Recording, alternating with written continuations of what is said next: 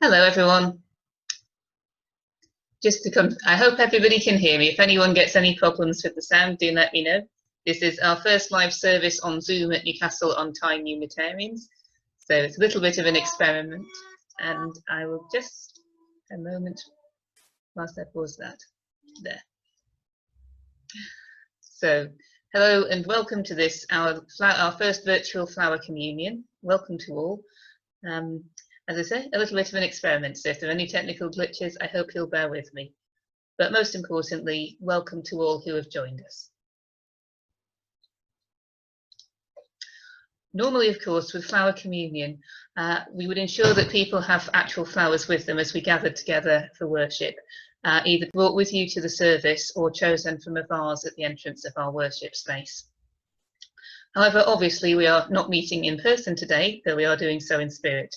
Hopefully, we will soon be together in person. So today we will exchange the flowers of our hearts, and I'll talk a little more about that just a little further on in the service. So now I would like it if we said together our call to worship, and I will put that up on the screen. One moment. And now let us say together our call for worship. In this our worship, we celebrate the beauty of the earth, which is our home, manifest to us especially at this season in the loveliness of flowers. We celebrate also our coming together to make a community of worshippers, each of us bringing ourselves, symbolised in the flower of our hearts that each has placed with the others as we enter this, our chosen sanctuary. We come together also to remember and give thanks for human sacrifice which has enriched our heritage and brought for us the freedoms we enjoy. Praise be to the divine within our lives for all that is beautiful, all that is shared, all that is given and received in love.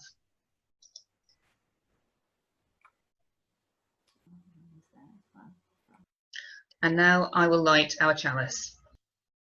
For the gift of this day, and for our community of spiritual nurture and compassion, we give thanks. We light this chalice as a symbol of our faith. We light this chalice to celebrate the inherent worth and dignity of every person, and to share that love which is ultimately beyond even our cherished reason, that love which unites us all. And now we will have our first reading. This is introducing the flower communion. I think many of you know that this service is based upon the first flower communion service we had at Newcastle on Tyne Unitarians, led by Fiona Tate, who has sadly passed away as of last week. I will speak a little more on Fiona, on what she brought to us and how much she meant to us later in the service.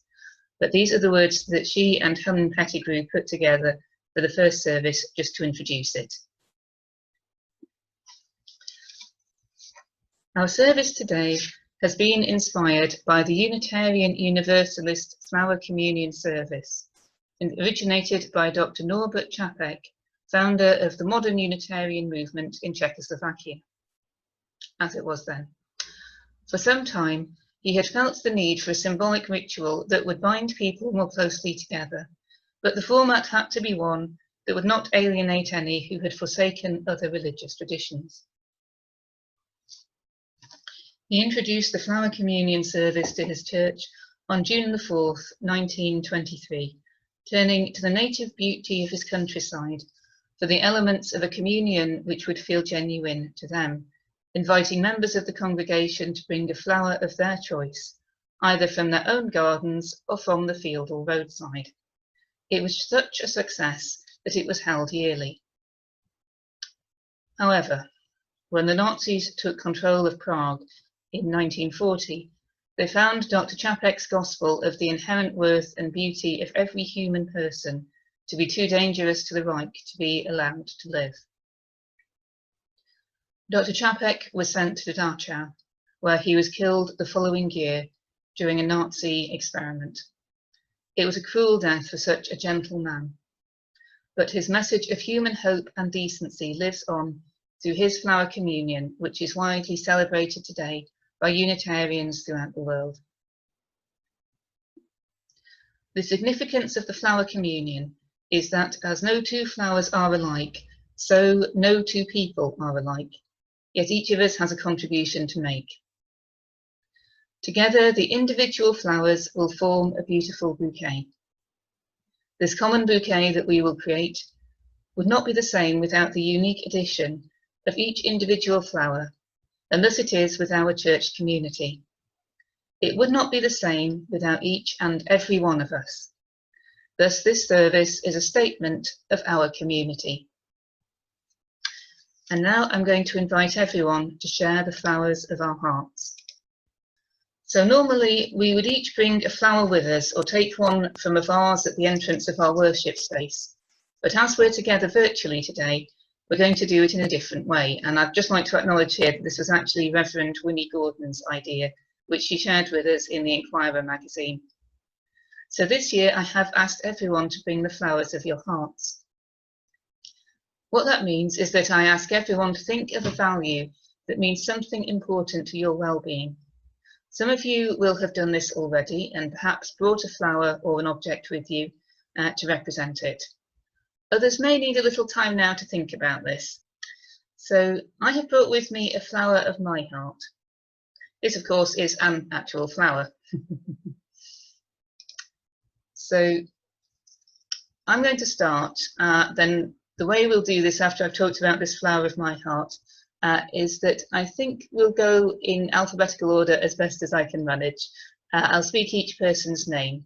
After that, each of us can say what we've brought with us, although if you would rather not, that's absolutely fine. Please just say, I'll pass, or something like that, and you are still very welcome to choose a flower at the end of this service. I'm going to write down the flowers of everyone's hearts. I will show them on the screen at the end of the service, and we'll each pick one. So please just do what you feel comfortable with. I'm going to start. Something that has meant a great deal to me recently is friendship. I don't think any of us would have got through the last few months without the support of our friends and loved ones. This is, I think some of you may recognise the sort of rose. This was given to me, it's from a bush that was given to me by my friend Jenny when I moved into my home. This is the Forever Friends rose, and friendship means a great deal to me right now, so I've just brought this rose with. Oh, well, thank you so much for everyone for joining in with that. That's beautiful. That's some wonderful words there. And having said that, let us now pray, and I will read out a prayer that Dr. Chapek would speak when he consecrated the flowers at the Flower Communion. Infinite Spirit of life, we ask your blessing on these, your messengers of fellowship and love. May they remind us, amid diversities of knowledge and gifts, to be one in desire and affection, and devotion to your divine will. May they also remind us of the value of comradeship, of doing and sharing alike. May we cherish friendship as one of your most precious gifts. May we not let awareness of another's talents discourage us or sully our relationship, but may we realise that whatever we can do, great or small, the efforts of all of us are needed to do your work in this world. Amen.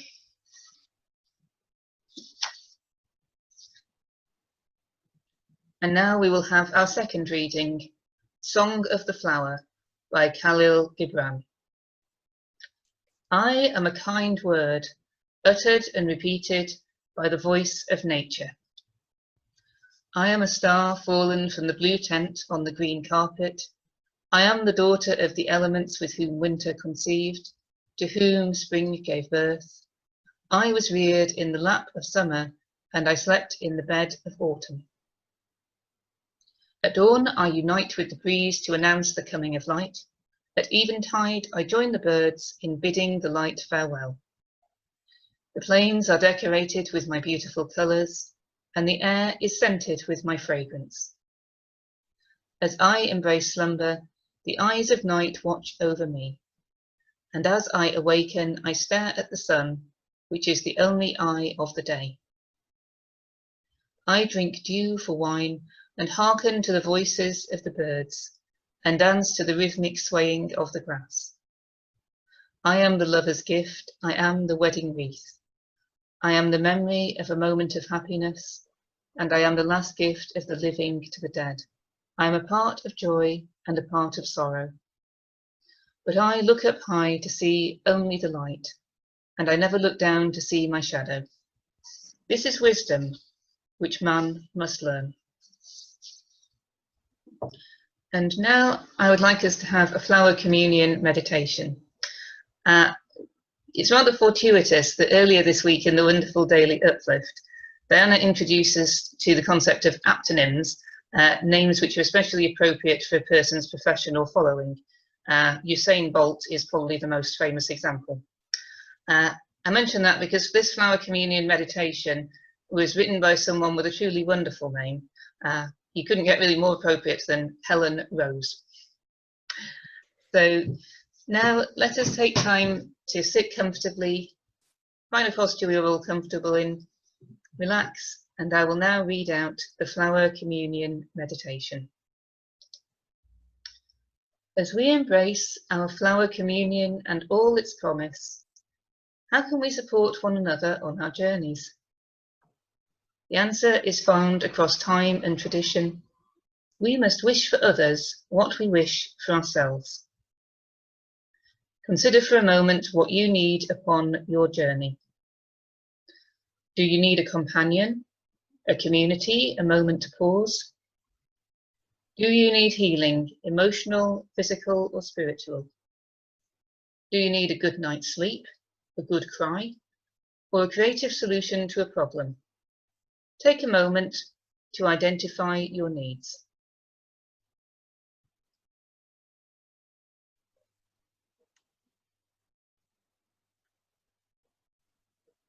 Now, if you are willing and able, sit in a comfortable posture and close your eyes if you wish. Take deep, slow breaths and take a moment to hold in your heart what you need and your intention for your needs to be met.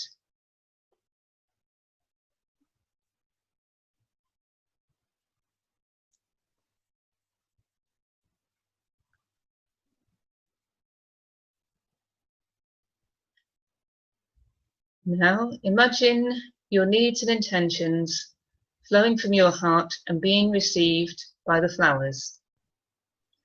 Picture the promise those flowers represent, holding your intention in their petals, as well as the intentions of all your fellow travellers.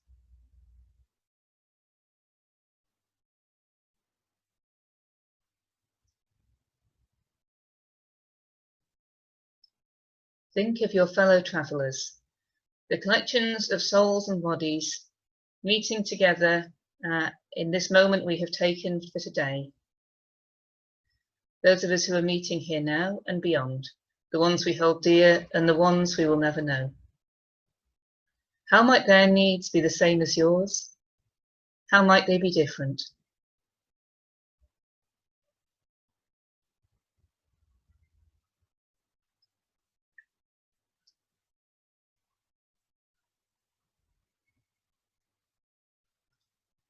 Set the intention that your fellow travellers will have their needs met, and envision your fellow travellers likewise holding you in compassion as you continue on your journey. Think about them living with the intention and expectation that your needs be met in addition to theirs, because compassion, like a flame, is never diminished when it is shared. Consider that every single moment of this journey is as promising as the first day of spring, and the abundance of love and peace in this moment is eternal and unconditional. Soon we will each take a flower of the heart that speaks to us. As you carry it with you, carry the compassionate intentions of your fellow travellers and the beloved community as well. And our next reading is For Flowers Have the Gift of Language by Richard S. Gilbert. Speak, flowers, speak. Why do you say nothing? The flowers have the gift of language. In the meadow they speak of freedom, creating patterns wild and free that no gardener could match. In the forest they nestle, snug carpets under the roof of leaf and branch, making a rug of such softness. At the end tip of branches, they cling briefly before bursting into fruit, sweet to taste. Flowers, can you not speak joy to our sadness and hope to our fear? Can you not say how it is with you that you colour the darkest corner? The flowers have the gift of language. At the occasion of birth, they are buds before bursting. At the ceremony of love, they unite two lovers in beauty. At the occasion of death, they remind us of the sweetness of life. Oh, would that you had voiced silent messages of hope. Would that you could tell us how you feel arrayed in such beauty. The flowers have the gift of language. In the dark depths of a death camp, they speak the light of life. They speak in the face of cruelty, they speak of courage. In the experience of ugliness, they bespeak the persistence of beauty. Speak, messengers, speak, for we would hear your message. Speak, messengers, speak, for we need to hear what you would say. For the flowers have the gift of language. They transport the human voice on winds of beauty. They lift the melody of song to our ears. They paint through the eye and hand of the artist, and their fragrance binds us to sweet smelling earth. May the blessing of the flowers be upon you. May their beauty beckon to you each morning, and their loveliness lure you each day. May their tenderness caress you each night. May their delicate petals make you gentle. May their eyes make you aware. May their stems make you sturdy. And may their reaching make you care. So when you prepare a service, you're not actually supposed to begin the address with, "When I was preparing this service," but we're Unitarians, so that means we can take the view that rules are really a bit more like guidelines. When I was preparing this service, I was very aware that I had two key ingredients to stir into the mix, or blooms to arrange in the vase, to use a more floral metaphor. This is our first online live service via Zoom, and it's in the year of the pandemic. The Flower Communion is one of the most hopeful of our services, and probably the most distinctively Unitarian service. And yet until now, anyway, it also has needed people to be physically present in a meeting together so that they can exchange flowers. As my teenage godson Luke would say, no pressure then. Exactly how to put all these elements together was something of a puzzle to me. Then I received a message that put all of that into perspective. Many of you knew Fiona Tate, who joined our congregation in the same year that I did, 2010. She left the congregation some time ago due to her health issues, but of late she had been able to attend a few of our services and events, and we had hoped she might be able to rejoin us if she chose to. That hope was shattered when earlier this year we received the news that the cancer she had earlier received treatment for had come back and it was now terminal. Last week I received the message I had known was coming. Fiona had died in St Oswald's Hospice that morning, with her son and sister by her side. All I could feel at that moment was that a light had gone out of the universe, as it did when we lost David Arthur, David Dawson, who wrote many of our hymns, and many others whose lives have prematurely ended this year. I'm now collecting images and memories of Fiona to share with her family for her funeral service. In doing so, I tried to remember her spirit and how much happiness she brought to all who knew her. Of course, part of what she brought to our congregation was the Flower Communion, which prior to her arrival, I think we had not celebrated at Newcastle on time. She and Helen Pettigrew created and led a Flower Communion in 2014, introducing a new and welcome tradition which we've repeated every year. Personally, I like tradition and ritual. Not too much and not too stuffy, because if you repeat something every year just because that's what you've always done every year, it becomes a fossil. But if you repeat it every year because every year you find something precious in the familiar, some ongoing truth and meaning, then that becomes a living tradition. So I have sought with this service to bring together the service that Fiona and Helen created with a new way of delivering our services that our current times have demanded, though we hope at some point we will be able to meet in person. But I feel that meeting as we are now will continue to be a feature for how we gather in the foreseeable future. All of the readings are from their service, but I've added my favourite hymn for the Flower Communion, Bring Flowers to Our Altar. I'd also like to say thank you at this point to Reverend Winnie Gordon. Her article in the Inquirer about how to do a virtual Flower Communion was invaluable. She was an earlier recipient of our church's Herbert Barnes Award and has kept up a relationship with our congregation. So thank you, Winnie.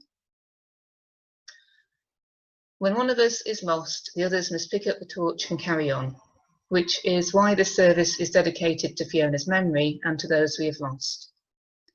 We put flowers on graves, but we also put them at the front of our worship space in every service. They appear in wedding bouquets, bring colour to our gardens, bring joy into our homes, and grow freely throughout our entire world, little dots of joy that never go out. There are even some forms of flowering seagrass. Even beneath the waves we sometimes find flowers. From the snowdrop, the first flower of February, to the rose of summer, the dahlia that shines in autumn, and the aptly named wintersweet that blooms in the coldest months. Flowers are always there, bringing us light and life. So, as we have gathered together in spirit today, we will now exchange the flowers of our hearts. So now we are reaching the end of our service. It will be followed by our usual Sunday social at 12 o'clock, which will be in a few minutes. And then it will be followed by our reading group led by Diana. So now I will put out our chalice flame. As the flame has burnt together throughout our meeting, let us carry its flame within our hearts till we meet again.